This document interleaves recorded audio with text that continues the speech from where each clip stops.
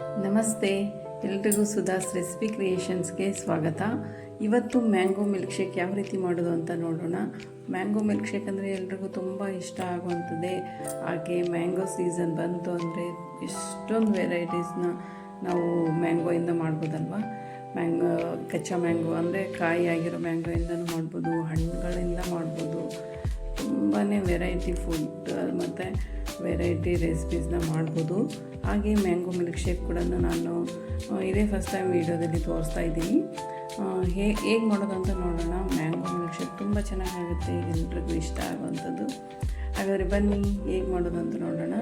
ಮೊದಲಿಗೆ ಮ್ಯಾಂಗೋನ ತೊಗೊಂಡು ಕ್ಲೀನಾಗಿ ತೊಳೆದ್ಬಿಟ್ಟು ಅವನ್ನ ಸ್ಲೈಸಸ್ ಆಗಿ ಕಟ್ ಮಾಡ್ಕೊಳ್ಳಿ. ನೋಡಿ, ಈ ರೀತಿ ಕಟ್ ಮಾಡಿರಿ, ಈಸಿ ಆಗುತ್ತೆ ಕಟ್ ಮಾಡೋದಕ್ಕೆ.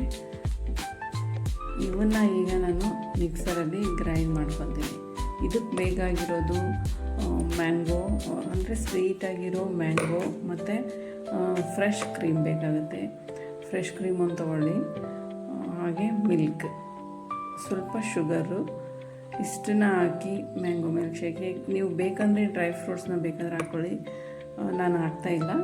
ಫ್ರೆಶ್ ಕ್ರೀಮ್ ಮತ್ತು ಹಾಲು ಇಷ್ಟನ್ನು ಹಾಕಿ ಮ್ಯಾಂಗೋ ಮಿಲ್ಕ್ ಶೇಕ್ ಹೇಗೆ ಮಾಡೋದು ಅಂತ ತೋರಿಸ್ತಾ ಇದ್ದೀನಿ. ನಾನು ಹೊರಗಡೆ ಸಿಗೋವಂಥ ಯಾವ್ಯಾವುದೋ ಕ್ರೀಮ್ನ ಹಾಕ್ತಾಯಿಲ್ಲ. ಮನೆಯಲ್ಲೇ ಹಾಲಿಂದ ತೆಗೆದಿರುವಂಥ ಫ್ರೆಶ್ ಆಗಿರೋ ಕ್ರೀಮ್ನ ಹಾಕ್ತಾಯಿದ್ದೀನಿ. ಅಂದರೆ ಹಾಲಿನ ಕೆನೆ ಅಂತ ಹೇಳ್ತೀವಿ ನೋಡಿ, ಅದನ್ನು ಹಾಕ್ತಾಯಿದ್ದೀನಿ. ಸ್ವಲ್ಪ ಬೀಟ್ ಮಾಡಿಬಿಟ್ಟು ಹಾಕಿ, ತುಂಬ ಚೆನ್ನಾಗಾಗುತ್ತೆ.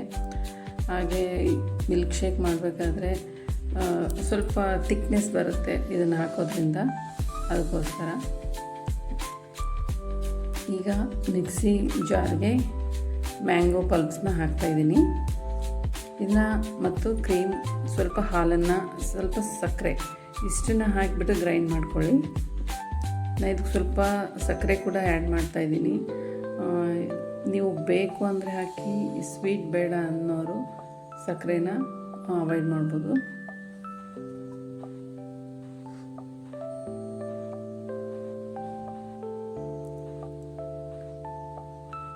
ಈಗ ಕ್ರೀಮ್ ಹಾಕ್ತಾಯಿದ್ದೀನಿ.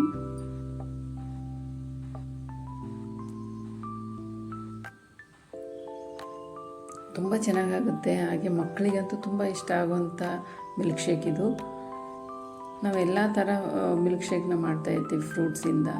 ಹಾಗೆ ಮ್ಯಾಂಗೋ ಮಿಲ್ಕ್ ಶೇಕ್ ಮಾತ್ರ ಸೀಸನಲ್ಲಿ ಕಂಪಲ್ಸರಿ ಮಾಡಿ ಕುಡೀರಿ, ತುಂಬ ಚೆನ್ನಾಗಿರುತ್ತೆ. ಈಗ ನಾನು ಇದನ್ನು ಗ್ರೈಂಡ್ ಮಾಡ್ಕೊತಾ ಇದ್ದೀನಿ. ಗ್ರೈಂಡ್ ಮಾಡಿಬಿಟ್ಟು ಸಕ್ಕರೆ ಹಾಕಿ ಮತ್ತೊಂದು ಸರಿ ಗ್ರೈಂಡ್ ಮಾಡ್ತೀನಿ ನಾನು. ಈಗ ಹಾಲನ್ನು ಕೂಡ ಮಿಕ್ಸ್ ಮಾಡ್ತಾಯಿದ್ದೀನಿ ಅದಕ್ಕೆ.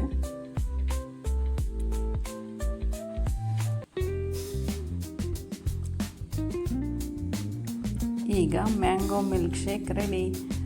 ಇದನ್ನು ಸ್ವಲ್ಪ ಒಂದು ಗ್ಲಾಸ್ಗೆ ಪಲ್ಪ್ಸ್ನ ಹಾಕಿಬಿಟ್ಟು ನಂತರ ಮಿಲ್ಕ್ ಶೇಕ್ನ ಹಾಕಿ, ಮೇಲೆ ಫ್ರೆಶ್ ಆಗಿರೋಂಥ ಕ್ರೀಮ್ನ ಹಾಕಿ, ಇನ್ನೂ ಸ್ವಲ್ಪ ಪಲ್ಪ್ಸ್ನ ಮೇಲ್ಗಡೆ ಹಾಕಿ ಡೆಕೋರೇಟ್ ಮಾಡಿಕೊಟ್ರೆ ಯಾರಿಗಾದರೂ ನೋಡಿದ ತಕ್ಷಣ ಕುಡಿಬೇಕನ್ಸುತ್ತೆ. ಮಕ್ಕಳಿಗೆ, ದೊಡ್ಡವ್ರಿಗೆ ಎಲ್ಲರಿಗೂ ಇಷ್ಟ ಆಗುವಂಥ ಡ್ರಿಂಕ್ ಇದು. ಹಾಗೆಯೇ ಬೇಸಿಗೆಯಲ್ಲಿ ನೀವು ಇದನ್ನು ಕುಡಿಬೇಕಾದ್ರೆ ಸ್ವಲ್ಪ ಐಸ್ ಕ್ಯೂಬ್ಸ್ನ ಹಾಕಿ, ತುಂಬ ಚೆನ್ನಾಗಾಗುತ್ತೆ. ಐಸ್ ಕ್ಯೂಬ್ಸ್ನ ಹಾಕಿಕೊಟ್ರೆ ತುಂಬ ತಂಪಾಗಿರುತ್ತೆ. ಈಗ ನೋಡ್ತಾ ಇದ್ದಿರಲ್ಲ ಹೇಗಾಗಿದೆ ಅಂತ ಕಮೆಂಟಲ್ಲಿ ತಿಳಿಸಿ. ಹಾಗೆ ನನ್ನ ಚಾನಲ್ನ ಸಬ್ಸ್ಕ್ರೈಬ್ ಮಾಡ್ಕೊಳ್ಳಿ, ಲೈಕ್ನ ಮಾಡಿ. Thank you. ಈ ವಿಡಿಯೋ ಪೂರ್ತಿಯಾಗಿ ನೋಡೋದಕ್ಕೆ ಥ್ಯಾಂಕ್ ಯು.